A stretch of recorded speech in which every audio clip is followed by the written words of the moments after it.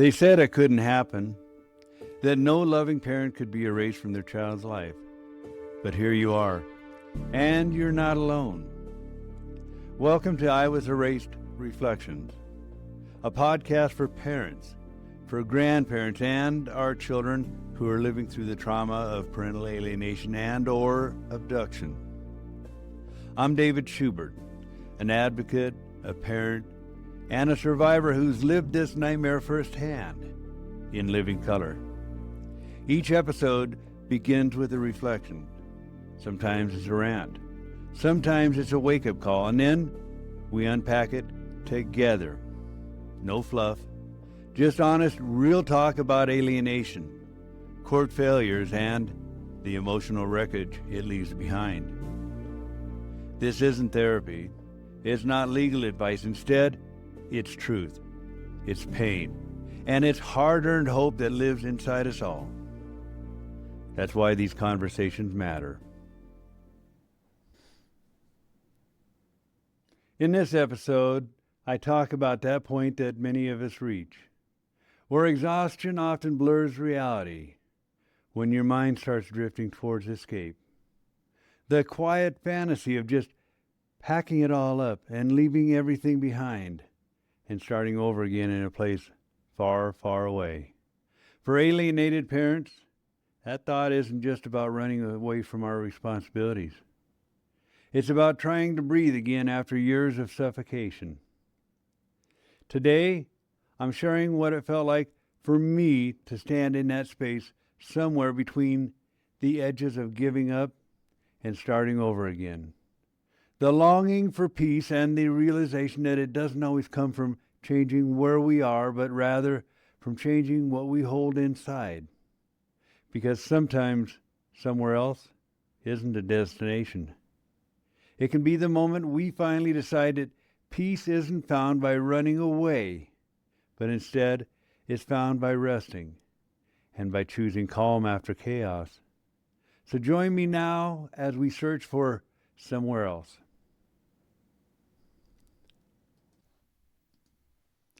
Hi, David Schubert here.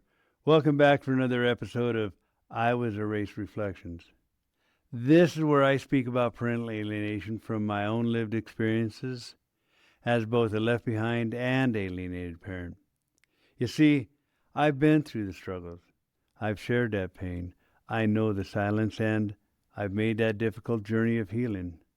But now I'm here to share my experiences with you, to let you know that you're not alone in all this madness.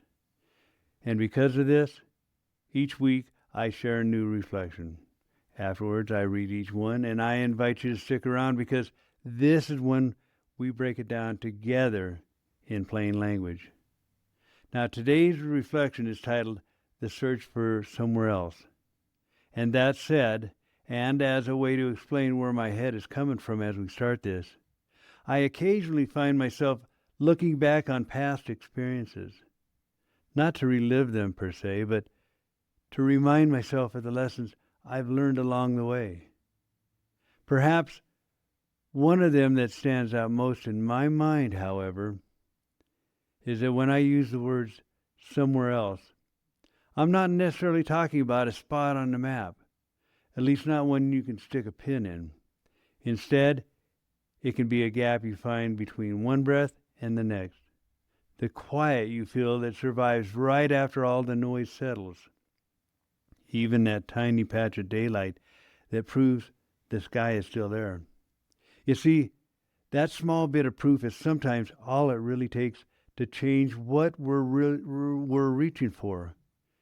And it's really not about the escape. Rather, it's the relief that follows. It's the kind that lets your nervous system unclench just long enough to remember what calm actually feels like. That's the somewhere else I'm talking about. It's the relief you can actually feel, even if it's for just the briefest of moments. And when you do finally catch a glimpse of it, that's when the direction suddenly appears on the horizon. That's how the search begins. It's when surviving just isn't enough, at least not anymore. Now, this doesn't necessarily involve some grand plan or a 10-step program. and it's certainly not a vanishing act. Instead, it's the slow, steady work of letting go what was never yours to carry in the first place. And in the process, reaching for what makes your life feel just a little more livable again.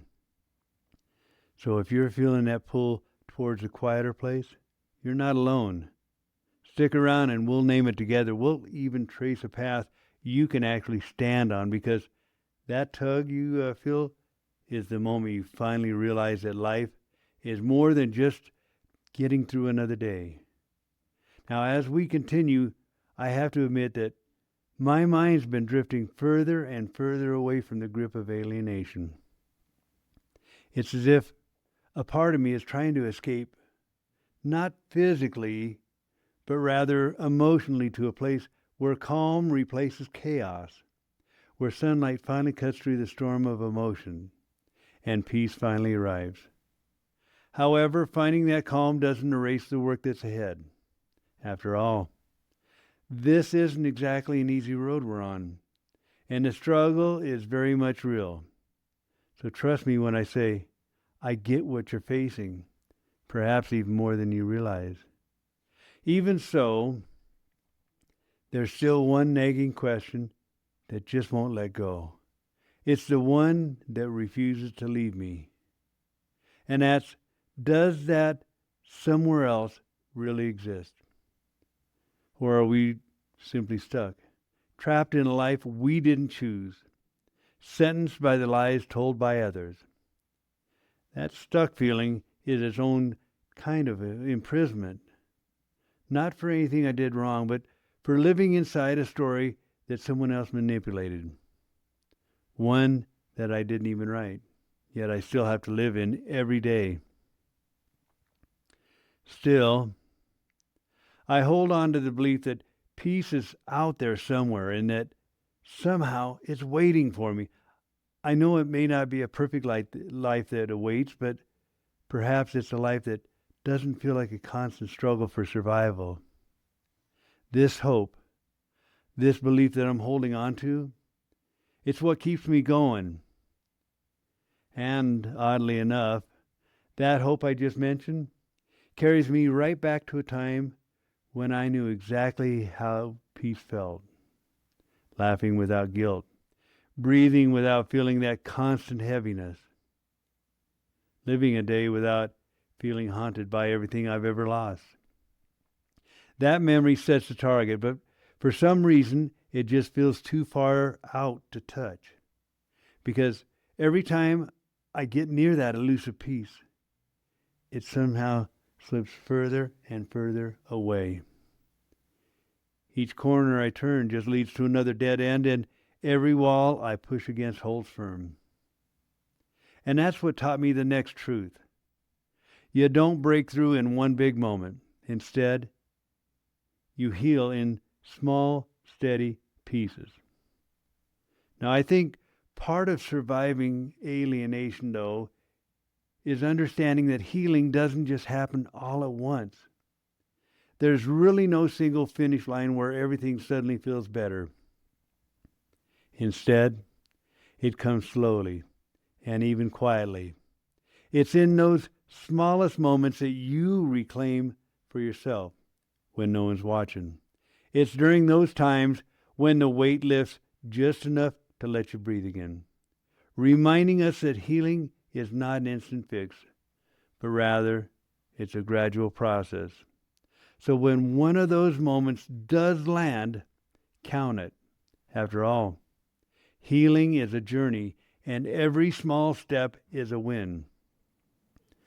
Put enough of those small moments side by side, and trust me, that picture of victory will start to emerge. And maybe, just maybe, that's the real victory here. Not escaping the past entirely, but by refusing to let it shape our lives. By refusing to let the damage close us off from all that's still good in our lives. And by refusing to let alienation be the final word on who we are today, or how it defines us in all of our tomorrows. That kind of victory, however, is built in practice, not theory. Still, I keep going, not because it's easy, but rather because I keep trying to stay strong, even when it hurts. Perhaps that's why I struggle to accept that this is all there is. Maybe it's instinct, maybe it's love, or maybe there's just a small part of me that refuses to disappear. Whichever the case, this is when I look ahead to a life where the grip finally loosens. And in my mind, I can actually see it. The day I'm finally free, the day when the heaviness is finally gone and I'm not having to explain what others chose. You see, there's no need for that. I've already let go of what was never mine to carry a long time ago. I can finally breathe again. There's a calmness in my chest. And for the first time in a really long time, alienation has no power over me. Now, I'm not here to sell you on certainty. Instead, I'm here to tell you what it's been like from my side of the glass. So if any piece of this reflection sounded even remotely familiar, take that as recognition, because what you're carrying is real, and it deserves plain words from the view of someone who's lived it. Now, we've come to the end of this reflection, so we'll go ahead and leave it here for today. But keep that part that felt true, and let it ride with you into tomorrow as you continue the search for somewhere else. Now that you've had a chance to hear my reflection, as I mentioned, let's just sit it down for a few minutes, because from here, I'm going to be talking about what those lines point to in real life, what the somewhere else feels like when it shows up, how you'll notice it, and how it meets your day. Because that's where the search really begins. So first things first. When I say somewhere else, what I mean is the relief you can actually feel. Perhaps it's an easier breath, a quiet after the noise, or a tiny bit of daylight that pops through. If it shows up for you, that's not pretend, that's your body speaking. So if you're living in this world of alienation, let those moments be proof that you really can settle, even if it's just for a single moment. Essentially, that's the search finding its first breadcrumb. Which brings us to the order of things. First, there's going to be a little ease. Then you're going to take a step. Catch the ease. Pick one doable move and keep it small enough for today. That's the rhythm of the search. Ease, then step. And from there, we hit the turn. Remember when I mentioned in the reflection and said surviving isn't enough? Well, this is where that shift goes from just hanging on to starting to rebuild. So if you're living with alienation, it's basically permission to set down what was never yours to carry and reach for whatever makes your day feel more livable. This is where the search also changes, because it goes from endurance to rebuilding. And right about the time you make that turn, doubt tends to show up. When it does, I want you to keep something in mind. Doubt does not erase your progress. Instead, it simply names the weather you happen to be walking through at that moment. Now, that said, keep going with what you can make happen, which are the boundaries you held, the promises you kept, and those other small wins you can keep repeating. And when doubt does show up, let it ride shotgun if it has to. Just don't ever hand it the wheel, because the search for somewhere else still drives. And right beside doubt, it's memory. It shows up too. Sometimes it's softer, but nonetheless, it's just as important. It's during those times your steadier moments often come back as memories. And I think you know the ones I mean. The laughter without guilt, breathing without the weight, and all the rest. Let them help you, not haunt you. The key here is remembered peace isn't merely a tease. Rather, it's a compass. You see, those memories are actually pointing you towards what's worth rebuilding, even if they're in small pieces. This is where the search begins to get its bearings. However, even with a compass, the path isn't always straight. A compass may point, but it won't clear the road ahead. And that said, not every step lands clean. Near misses are going to happen from time to time. And periodically, you'll have some days when calm slips. Maybe a corner turns into a wall, or other times that old familiar heaviness rushes back and crowds the room. But here's the thing.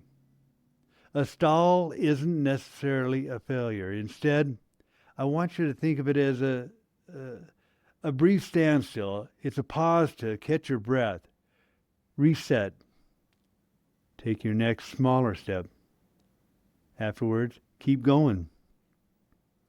Now, with that in mind, I hope you set your expectations in a way that serves you in the best way possible, because it's really important to understand that healing is often a quiet and gradual process.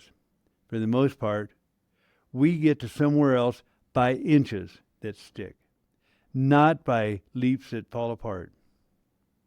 Now, as those inches start to slowly add up, the win is going to look much different than it used to. Your victory, however, isn't in erasing of the past. Instead, it's the act of refusing to let the past write your next chapter. And that's where your identity takes shape. By showing up as the person you're now becoming, even when no one's looking. Basically, that's the search as it reshapes who you are, not just where you are. Now, as we wrap things up here, I'm asking you to hold on to whatever keeps you steady today, whether it was one easier breath here, a quiet minute there, or a little light getting through. Whichever it was, let that be enough to carry you into tomorrow as we continue the search for somewhere else. Now, if you've been watching this on YouTube, go ahead and hit that subscribe button down below. Or if you're listening on the Apple Podcast or Spotify, follow the show. And if you can, leave a quick rating or a review. And if someone you know needs the language, share an episode. Who knows? You might just be the bridge they've been waiting for. In closing, I hope you enjoyed spending time with me again and listening to my reflection as I share my thoughts, my journey, and my views that are often shared by many of you as well. Until the next time, I hope you remember that you're not alone. There are many of us willing to be your shoulder to lean on, an ear to listen to, and even a quiet understanding of what you're going through. So until their eyes meet yours, stay strong and stay steady.